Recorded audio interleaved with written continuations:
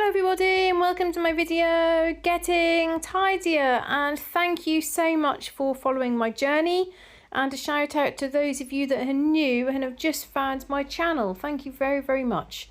I very much appreciate those of you that take the time to like my videos and to add comments. I love reading through the comments. And a number of the people who have just recently followed have also noted down where they're from. So thank you for sharing that. So this video is a bit of a mix. So you're going to see me doing some sorting and clearing out in my daughter's room, and generally cleaning up, hoovering. Also I go through a couple of the bags, which I've got those vacuum bags, haven't I? Well, I forgot last year I put away her winter things, and we're like in the middle of the winter and I haven't taken them out, which is not great of me. And then I start doing some work on the playroom, which, as you know, there's no floor space, so it makes it very difficult to clear up. So I do some sorting out in the playroom. You'll see a tiny little snippet of me doing some gardening. Not much, because I know many of you are not here to watch me do gardening, but if you're interested in that, you can always find me on my other channel. And then I end by sorting out my books and putting them all in bags ready for the charity shop. So I've split them into two piles. A load to go to the charity shop, and then a much smaller pile which are going to be given to family members, or I'm going to put them on Gumtree or eBay. So I've had a good couple of days. So as I record this, we're in the middle of the week. So what I've done slightly differently, you know, I always try to keep Mondays completely clear. I actually did a little bit of work on Monday, and as a result of that, I haven't felt like there's so much pressure for me to do loads of work for the rest of the week. So maybe that's part of the problem. I know I do like to have a whole day off, but actually, in reality, if I do a few hours on Monday, I don't mind if that means that I can have a lot of the school holidays off. So it's all swings and roundabouts, isn't it?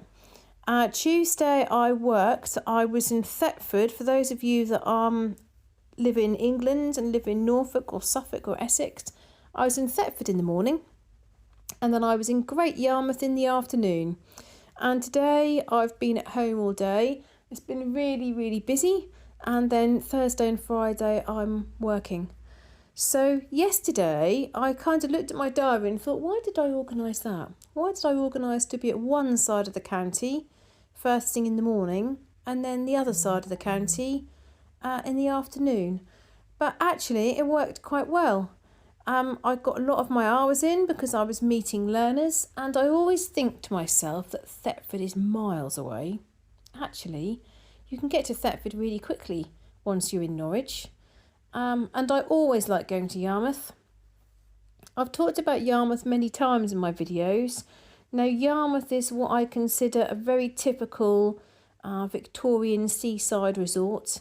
In recent years, that has become quite run down and quite poor, but I describe it as the phoenix rising from the ashes. So much is going on in Great Yarmouth. So many things to see and do, and it is it's a lovely holiday for families, like with young children. Really is so much to do. So things seem to be sort of panning out a bit better with me managing my hours. Also, I have had a chat with my husband and my daughter about the things that they're doing around the house. I have noticed that my daughter is getting better at taking things through. I am still prompting her, but I do think that sometimes the room, like in the lounge, it gets really messy really quickly because people are just leaving their plates around, or leaving rubbish, or just leaving things on the floor. And also I've noticed that my husband's been doing more. So I really said about the shoes and the slippers being left out, and I just said every time we open our door, I want to be able to feel like I can open the hall door wide without fear of stuff being all over the floor. And if slippers and shoes are just slung about everywhere, it just makes it look so untidy. And there were also like a few jobs that needed to be done when I was working one evening, and so that's made a big difference really. Both my husband and daughter doing more things and kind of looking around to see what needs to be done. So that's good news. I had a meeting today which was really fascinating, and I know a number of you used to be teachers. and or have got family members that were teachers.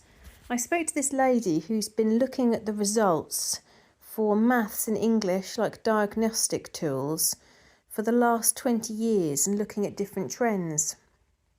And it's really incredible, the numbers of people who perhaps have passed their GCSEs, but still their English and maths is about the same level as a 10-year-old. And I think it's quite incredible that, for a long time, our education system has been held up with such kind of a esteem, and it now seems to be that there's a big divide in the country. I don't know whether other countries are seeing the same thing. Maybe it's an international trend, but the big divide amongst the people who have gone through school and done well and go on to further education, or they kind of maintain that ability that they got when they got to the level when they were like 16 for their GCSEs. And then there's a big tranche of people which scoring like entrance level 1 or level 2. Now, entrance level 1, level 2 for maths and English is about what we learn in the United Kingdom when we were about 6 or 7. And then there's another significant proportion that are entrance level 3. That's around what you learn when you're about 10. And it just really made me think about some of the people that I've been speaking with fairly recently. You know, that person that I said to you who there was various issues with the work that I'd asked him to do. Interestingly though, I checked every single time when he put his invoice in and asked for additional payments, his maths was fairly good, because I thought, he doesn't understand a lot of what I'm talking about. I need to check that he's got the bill right, but he got the financial side of things right. Perhaps that's just he has more experience in that as opposed to writing. Very, very interesting, this meeting I had. And she said that she's just noticed in the last 20 years there being like this slow decline in literacy and numeracy. I wonder whether that is international, whether it's something that we're just experiencing here. I'm not sure. So you can see me in my daughter's room just going through some of those bags that I mentioned. I vacuum packed them all up at the end of last winter, and there's jumpers that I put away that do still fit her that I haven't got out for this year. So I really need to get in the habit of when the summer starts, I put all the winter things away, and when the winter starts, I put all the summer things away, as long as I think the items will still fit her. Also, I've taken lots and lots of things off her bed. So, she reacts to dust, and she's asthmatic. I decided that there were far too many things in her bed, so I've taken quite a lot of things. She's still got some favourite toys, but a lot of the kind of soft furnishings and the toys I've moved away from the bed. And also, I've been trying to collect locate, encourage businesses to donate various raffle prizes or auction prizes. So I'm trying to organise an event, which is later in the year, and we're raising money for Natasha's Allergy Research Foundation. And Tesco have been absolutely super. I've tried to extract a prize from Waitrose, and I think that they're probably not going to get anything. But you'll see right at the end, I do a little clip. I went to the Booja processing plant, which is in Norfolk. Now, if you've never tried Booja chocolates, I highly recommend them. They are luxury chocolates. They also do quite a lot of chocolates which are free from various different things, but they do a whole mix, and they are like luxury chocolates, really delicious. The champagne ones are particularly nice. I don't know whether they'll post abroad, but certainly if you're in the United Kingdom, they post all over. They're quite expensive, like artisan type chocolate. I imagine they're individually made, but they donated me this lovely box of chocolates. I was so pleased. I sent about 10 emails out, and I'd had 4 that had said no sorry, no sorry, no sorry. And then Booja came back and said, yes, we'll donate you our luxury box of chocolates. So I was really excited about that. So I went and picked that up from their offices. So that was really good of them. And I'll put that all on the documentation to say that they were the ones that had given me a prize. So still a few more organisations that I'm going to try, and next Friday I'm going to go out into Norwich and I'm going to give some letters out to see whether I can find any other businesses looking for like raffle prizes or auction prizes. Times aren't easy for a lot of businesses, so I do understand how some might just say no, sorry, can't help, or we've chosen our charity for the year, but anything really is good. Tesco have given me this lovely snack hamper, and they've done it in such a way and packaged it all. It looks like a really big, fantastic prize. When you break down the individual items, there's probably not loads from a financial perspective, but it looks amazing. So Tesco are in my good books. I'm glad that the supermarket that I go to on a regular basis were willing to support. That was good. So you can see that I'm slowly sorting out the bits that I'd put on my daughter's floor. And you can see I've put some toys on her chair for now. Then decided not for them to go back on the bed. And then I start having a little look through a couple of the vacuum bags, because I thought maybe some of the winter things, they might have fitted her last year, but she might have grown. But like I've said to you before, she is quite small for her age. And then after this, I then started looking a little bit in the playroom. So I'm going to go through some of your comments now. So thank you so much for those of you that add comments to my channel. You know that I love reading the comments. I read every one. I try to reply to everyone. And those of you that don't add comments because you're watching online, absolutely, that's fine. But also thank you to those of you that like my videos. That all helps. So thank you. So the first comment that I'm going to go through is from Carrie Rawson, and Carrie says, got to love how clean you're keeping your kitchen and living room, minus the books. Your hard work is really showing now. Gold star to you. Thank you very, very much, Carrie. I appreciate your motivational words. I don't think that I would have continued if I wasn't doing this YouTube channel. This YouTube channel motivates me, and I hope in turn I'm motivating some of you. Who knows? We're helping each other. That's the way I like to look at it. But I do feel like I'm holding myself to account to kind of keep the rooms maintained and keep things improving. And I think each time I take something out or give something to charity, I'm creating more space. I'm taking weight out of the house, and it all helps in keeping the house tidier if you've got less to maintain. So thank you for everyone's advice. Jane says, oh my goodness, that quote. The amount of jobs my partner's been to and had to redo people's work because they haven't done the job properly.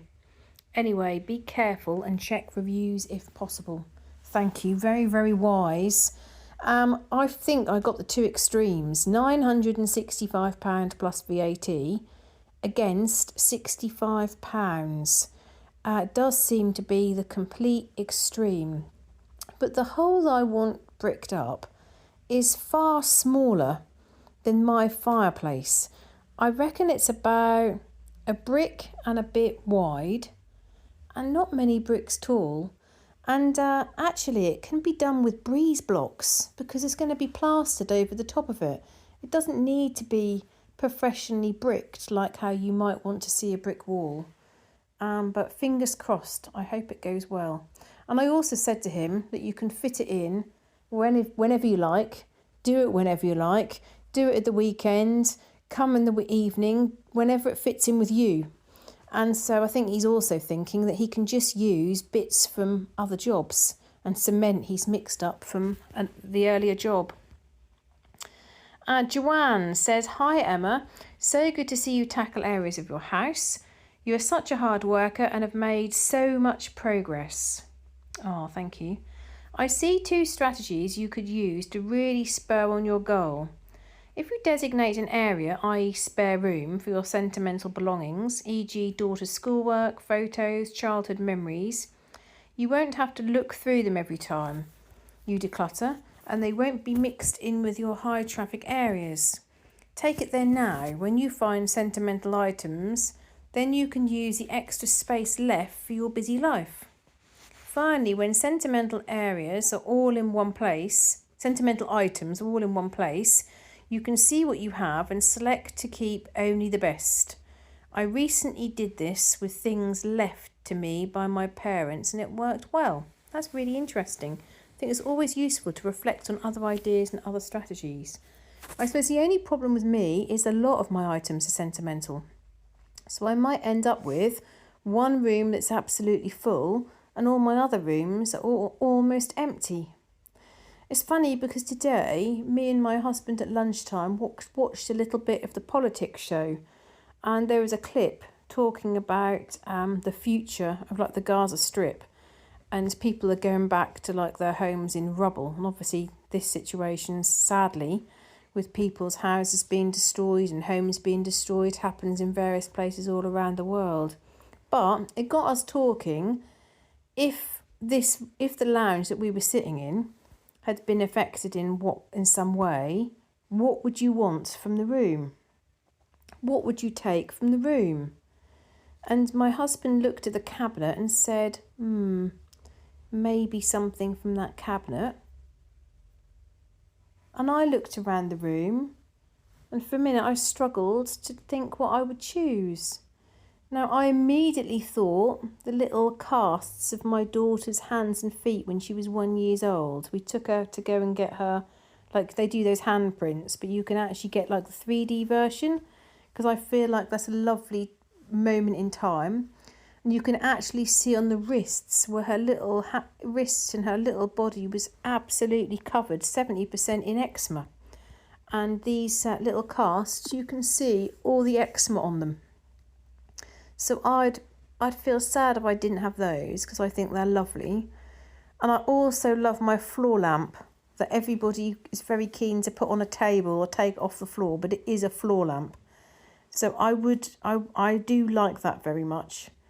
But I do think that makes you think. In every single room, there's lots of things that lots of us keep, which don't really matter, but lots of the things are sentimental. Very interesting. Sandy says, wow, I wish you lived here in, I mustn't say Arkansas.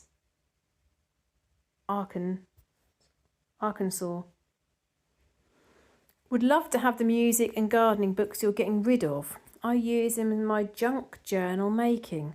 I do try and find these things in thrift shops though, so try selling them. Some crafter may want them. You are doing a great job with your decluttering. I love to watch your videos. Oh, and I replied, your junk journal making sounds very interesting. And Sandy has recommended a couple of sites which look interesting. So I'm going to have a little look to see what's involved with that. Thank you for that, Sandy. Andrea Sohill says, I got my prayer card today. Thank you. And I love the Paddington Bear stamp. My mother's address was on Paddington Drive. I loved that home. Oh, thank you again. You're very welcome, Andrea. I'm glad it arrived. Mrs. Kojak says, I love Fly Lady, and the reason I can't do all of it, and the reason is I can't do all of it all. I do what I can and jump back in. I'm seeing small differences. I pick and choose the tasks I can fit in and wait till the zone when it comes around again. That's a really interesting sort of approach. Maybe it is about being a bit more laid back and relaxed about it all. Mrs. Kojak said, best of luck. You are a very busy lady. First time sub here. I'm from the US also, and we are devastated over the plane crash.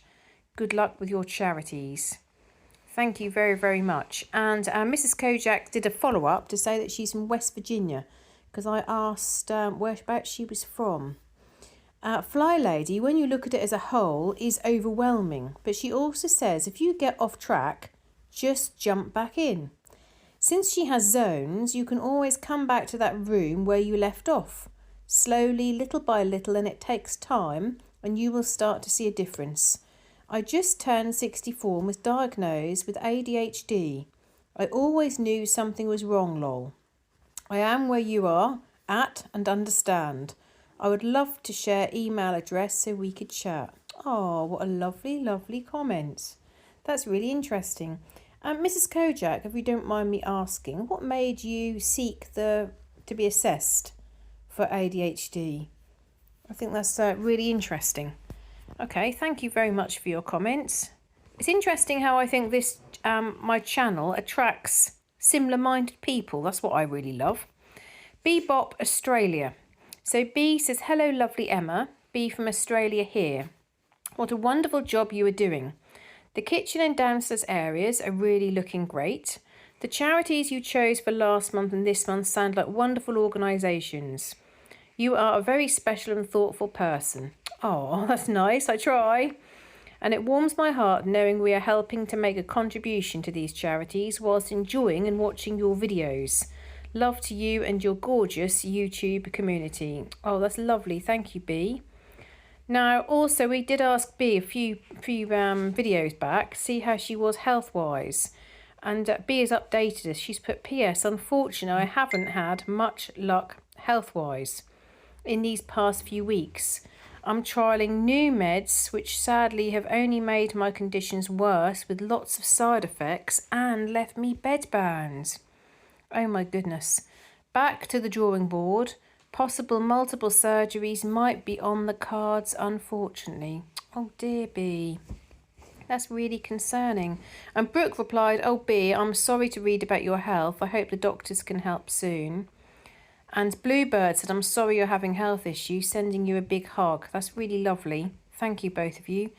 And B has replied, thank you for your kind words and well wishes. I hope you're doing okay and that your doctors have been able to help with your migraines and pain. Oh, I think it's lovely how people remember different bits and pieces from each other. So B, I really think we need to send our best wishes and prayers to you. I'm praying for that the doctors seek guidance as to know either the better medication or other options for you, and that you are guided to make the right decision for your condition. And I only hope that the conditions improve. Certainly, it's such a shame that the medication have made your conditions worse. Actually, there's been a couple of my friends recently that have been prescribed medications, and what's happened is the medication has caused another problem, and then they've gone back to the doctor with that problem, and then the doctor has given them more medication to sort out that problem. So I know it can be a real challenge, so hoping that you find answers very soon, hoping and praying for that. So you can see there in the video, I'm out in the garden, and I was really pleased to be able to get out in the garden Monday afternoon. And what I'm doing is I'm going through all my pots that have got bulbs in, and I'm weeding the top of them, and I'm getting them ready that they sit outside in my working area, and then once they start coming up for the next year, they then move around the front of my house or on my patio. And then when they all die back, I move them in the working area again. So I do that every year. And then you can also see me sorting out some washing, and then I sort out my books right at the end of the video. So going back to the next comments. The next comment is from Sharon Mummy, and she says, I'm a terrible book hoarder too. If I won the lottery and had a bigger house, I would have my own library for sure. Floor to ceiling and one of those ladders that moves around. A nice armchair and an open fire. Oh, I can dream anyway. Have you been to any of the National Trust houses that have these absolutely incredible libraries? Amazing. I suppose I have got quite a lot of books. I never really think that I've got that many books. But I was very pleased. You know, I aimed to get rid of 45. I'm getting rid of 73. I should have done a drum roll then, shouldn't I? 73 books. There are 3 that you probably will see me just throw on the sofa, and that's just because I am getting rid of them, but I want to look into them a bit more. I just want to read them, just flick through them before I get rid of them. Then we've got some Star Wars and Planet of the Apes novels, which I'm going to sell online. A very, very old book that I'm going to sell online. Then I've got some business continuity, disaster recovery, crisis management books I'm going to sell. My husband got me a Banksy book because I do like some of Banksy's artwork, but I think I might get rid of that book. I'm not quite sure yet. I don't want to offend him. And then there's 2 Italian sets, and I think one of them my daughter wants to give to my dad, her granddad, because at the moment she's giving him a weekly Italian lesson. And he's getting on really well, and she's really enjoying teaching. So the next comment is from Lisa Malone. Malone. That is so true about getting more than one quote on work. That was such a difference of price. Yes, the caveat is I've got to see what work he does first. As the earlier post said, he might do the work and it might be a complete bodge. But let's cross our fingers. I had a friend actually go into the house yesterday, one of my husband's old work colleagues. I was in Yarmouth and he rang because I'd asked him to go to the house, open a couple of the windows and switch the heating on a notch. Because I'm going to be there in 2 weeks' time and I'm really hoping that all the plaster work is dry. If it's not dry, I'm not going to be able to start the painting. So you can't, obviously those of you that have dealt with having, plastered walls, you can't pump the heating up really, really high because all the plaster will crack. But you just need to put it on a little bit. So he's done that for me, which is a massive favour really. Lisa says, you are right. It's good to learn to stick to things even when they get hard and to have persistence. But there is a point when you need to know when you are just not wanting to do that activity anymore. It no longer seems worth your time and energy. That's very good. And I think that's the same thing in other things in life. And sometimes you keep in touch with somebody just because you've kept in touch with them for a long, long time. And actually, on reflection, you think, I'm not sure whether I'd actually choose that person to be a friend or I'd necessarily choose to do that. So I think it is a good message to persist at things, keep on doing things. But when the answer is no, the answer is no. Sometimes you've just got to say enough is enough. I have been feeling good and I'm going to start back to work on Monday. That is good news. That is really good news. But please do take it easy, Lisa. Please do take it easy. I'm hoping that I don't get any illnesses from the babies. I wish I could afford not to work, but that is not my reality. I need to work. Thankfully, we've had some savings to help with the 8 weeks I have been sick, but it is amazing how quickly that gets depleted. Absolutely. It's quite incredible, isn't it? You can think that you've got some savings and that's going to last you for a decent amount of time. If something happens, you're unwell, fall on hard times, whatever. Actually, the cost of everything can just get easily spent. I mean, the cost of food is crazy, isn't it? So I hope when you go back, you just take things slowly.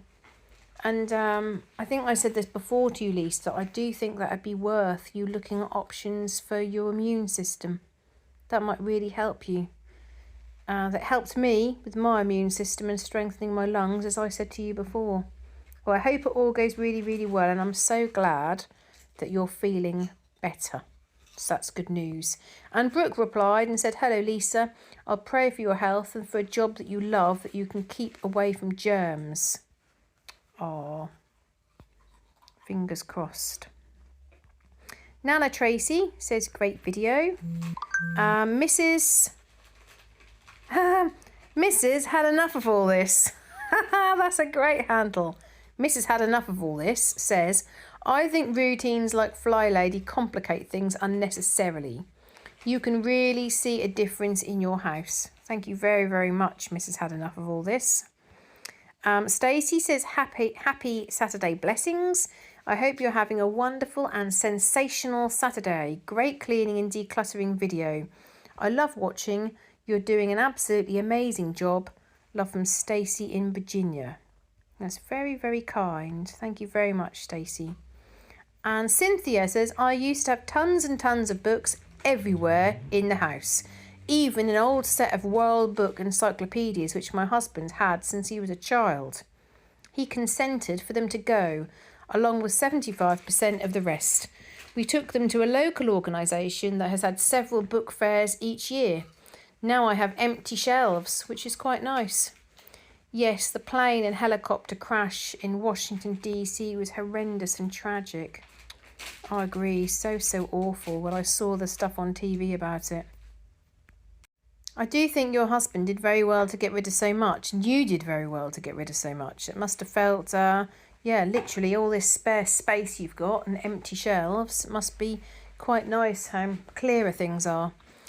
So I'm getting towards the end of my video. You can see I've got 2 big bags, and then I've just left my smaller pile there, which are things that I'm going to try to sell or give away to family members. And then right at the very end, you'll see my snippet of the officers of Bougie Bougie. I highly recommend giving these chocolates a try. So thank you very, very much for watching my video. Thank you for your ongoing support and really helping me with this. Quite a few of you have recently said about how you can see how I'm getting better, and that really is down to your support, your advice, your tips and your encouragement. So I'll look forward to seeing you in the next video. Bye!